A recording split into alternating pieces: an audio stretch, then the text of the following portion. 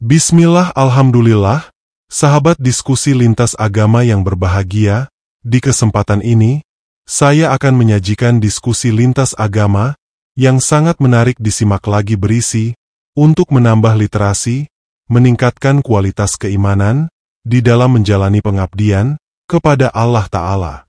Yuk langsung saja kita simak bersama-sama berikut ini. Gini Fandi ya, ini tidak bisa kita ungkapkan karena ya nggak apa-apa, nggak usah keluarga gitu ya. Nah jadi kalian netizen, kalian nggak tahu apa yang terjadi sebenarnya di balik layar, ya, kalian nggak paham itu. Bahkan saya sendiri, ya mungkin awal-awal saya benci, saya akui, saya benci, saya marah, saya merasa bukan saya tapi keluarga semua ya nggak terima dengan apa yang keluarga saya anut gitu. Cuman dibalik itu saya berpikir gitu, ya gimana ya, susah untuk menjelaskan gitu.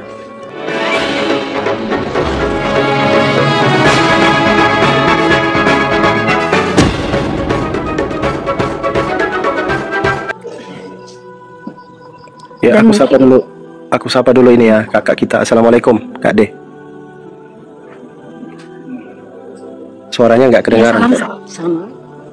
Assalamualaikum. Waalaikumsalam warahmatullahi wabarakatuh. Pandi. Waalaikumsalam. Rifa, assalamualaikum Dek. Nggak monitor kan? Lanjut.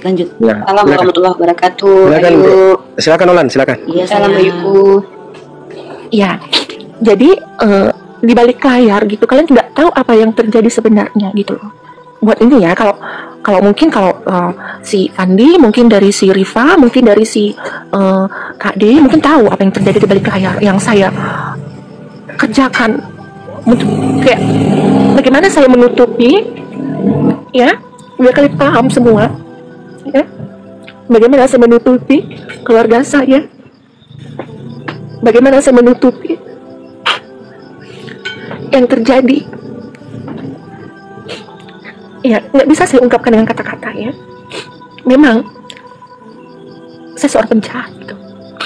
Jadi kenapa saya memilih, saya terguncang dengan kata-kata adik saya. Di saat malam itu dia bertemu dengan saya, dia bersujud di bawah telapak kaki saya, dia mencium saya,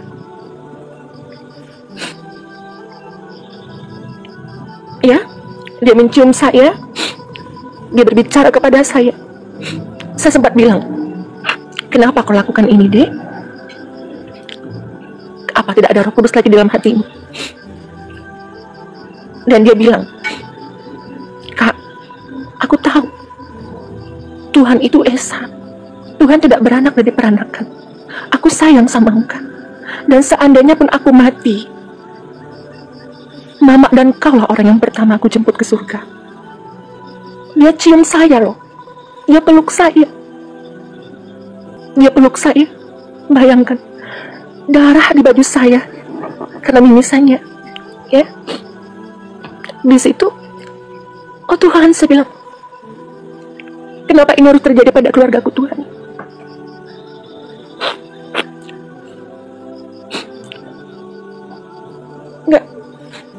Saya nggak minta gitu. Kenapa ini terjadi pada keluarga saya gitu? Saya lihat adik saya di situ, ya. Itu ada saksi ya, yang menyaksikan. Saya video call itu. Saya video call Fandi, Kak D, ya. Betapa kurusnya dia, betapa hancurnya hatinya melihat. Ya. Saya nggak nyangka sampai begitu dia mempertaruhkan imannya. Jadi di situ saya kayak, oh Tuhan. Ya, sembari kita tunggu Bang Zuma, teman-teman di tap-tap layar ya. Dikencangin tap-tapnya biar juga Olan tenangkan pikirannya supaya dia bisa ngomong. Mungkin saya masuk sedikit ya. Jadi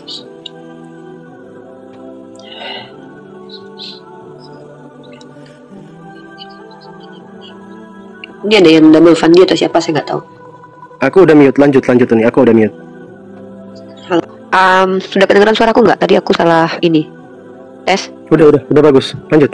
Ya, jadi gini, yang saya orang yang apa ya? Kalau dikatakan bertengkar itu teman-teman menjadi saksi lah.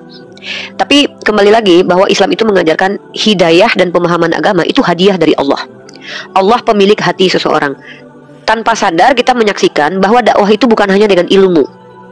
Jadi dakwah dengan akhlak itu dilakukan oleh para mu'alaf seperti yoga. Bagaimana yoga yang sudah terang-terangan Olan, kalau boleh kita katakan, disakiti sama Olan secara, ya mungkin dialah yang tahu apa yang terjadi.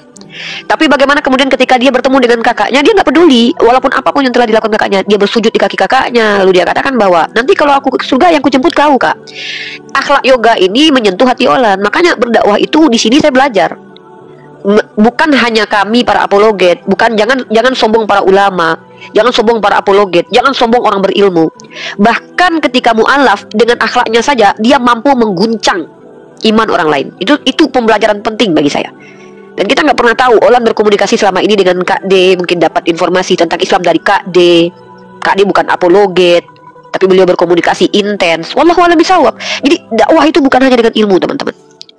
Dengan akhlak pun itu bahkan jauh lebih mengguncang daripada ilmu. Mungkin itu yang bisa saya sampaikan, dan speechless ya, kehabisan kata-kata.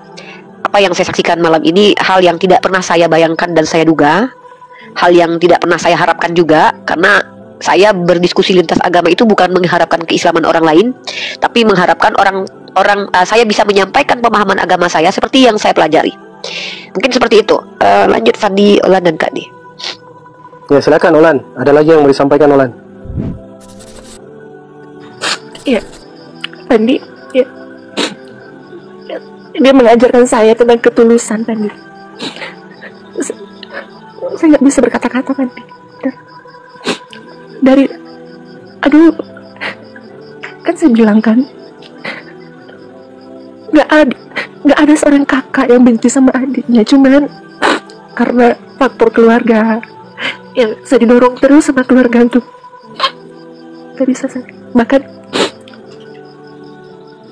saya rela membayar orang untuk mencari.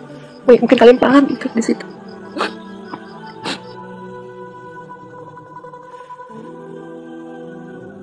Kak D ada yang mau disampaikan mungkin, Kak D?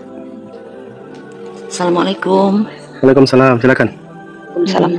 Olan, hai adikku. Iya Kak. Masya Allah ya. Boleh dong cerita dikit nih, boleh ya? Silakan kan. Teman-teman kita yang 3 sekian ini, assalamualaikum, semoga sehat semua. Waalaikumsalam. Dalam lindungan Allah Subhanahu Wa Taala, amin, amin ya rabbal alamin. Jadi amin. Rifa tahu, Pandi tahu, aku fakir ilmu, apalagi tentang keislaman. Selalu berkomunikasi dengan Olan. Ketika Olan membawa agamanya berbicara, aku bilang stop, bicara tentang agama Olan.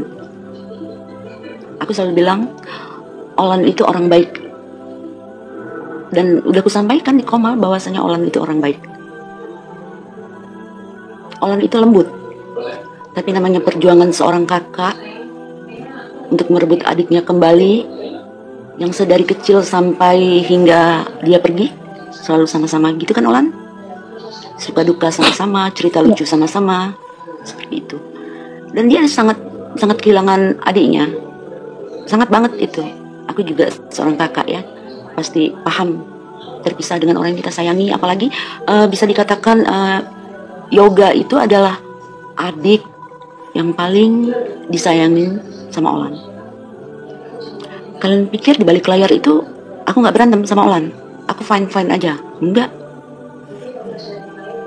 Tapi tidak harus aku lawan dengan kemarahan. Aku anggap Olan ini adik kecilku yang lucu aja.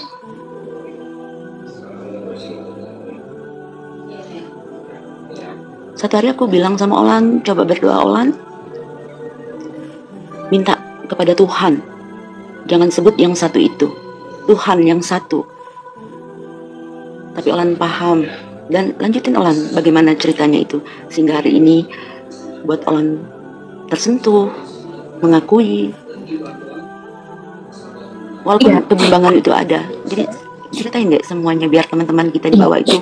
Jadi hidayah itu datang bisa lewat mana saja.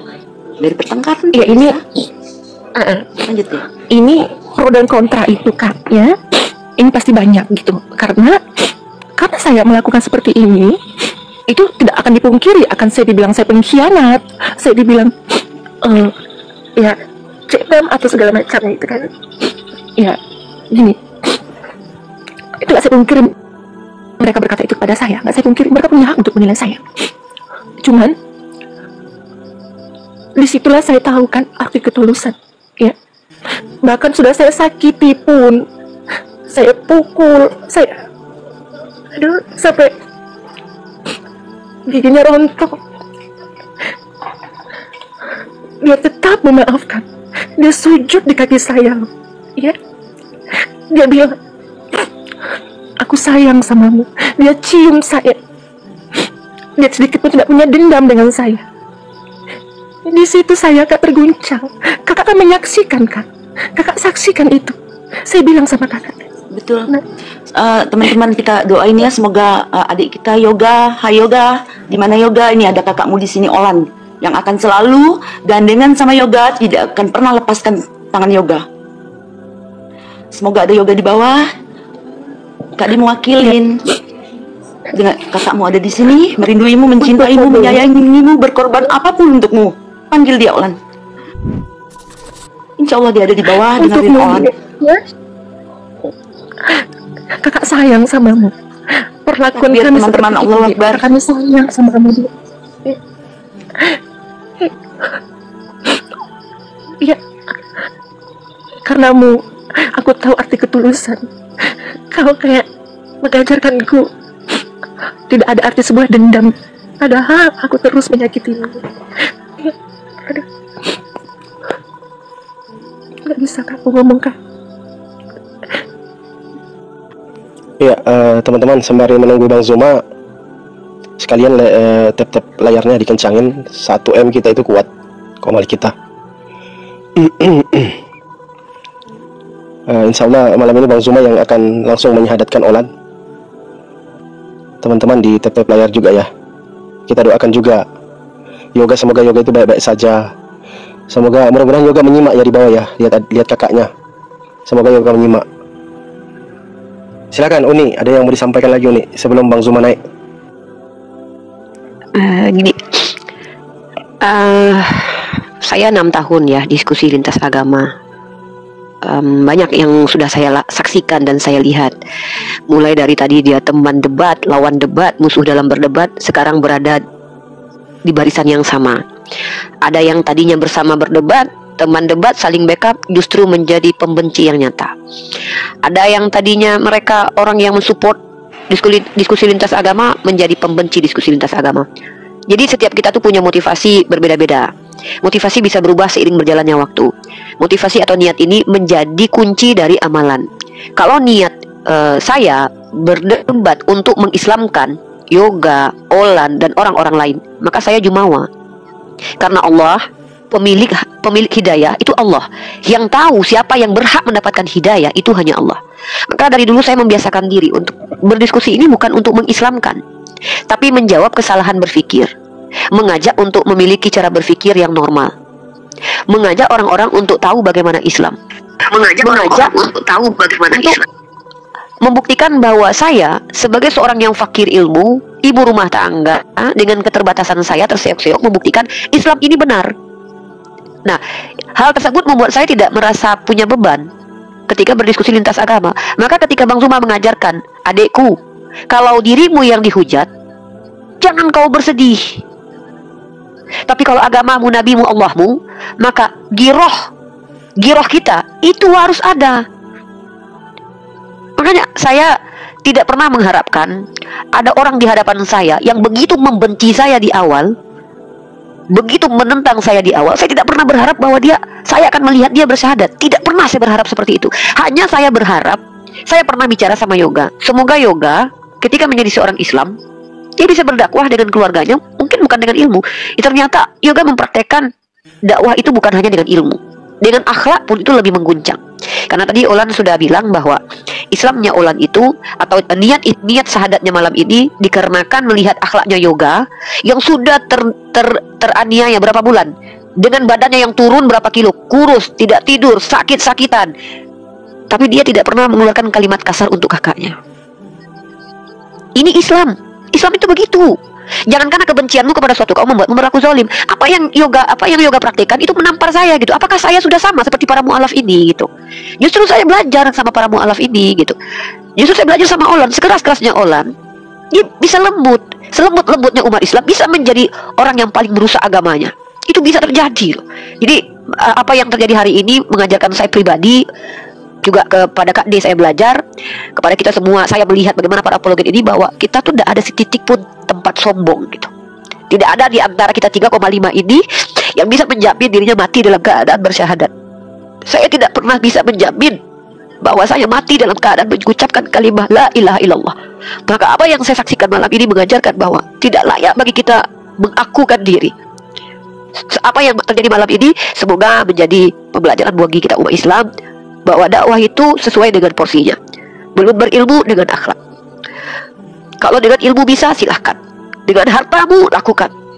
Dengan apapun yang kau bisa lakukan. Karena dalam surah Al-Baqarah ayat terakhir Allah katakan, Allah tidak membebani siapapun.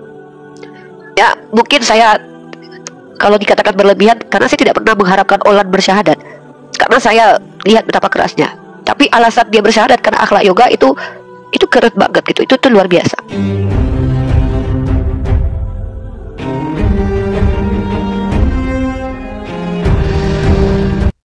Demikian sahabatku, diskusi lintas agama yang dapat saya sajikan, semoga bermanfaat, menambah literasi dan menginspiratif kehidupan kita, untuk menemukan kebenaran yang sesungguhnya, dalam naungan cahaya petunjuk Allah Ta'ala. Atas perhatian dan dukungan subscribe-nya, saya ucapkan terima kasih. Semoga menjadi nilai kebaikan. Salam satu Tuhan. Saya mohon pamit undur diri.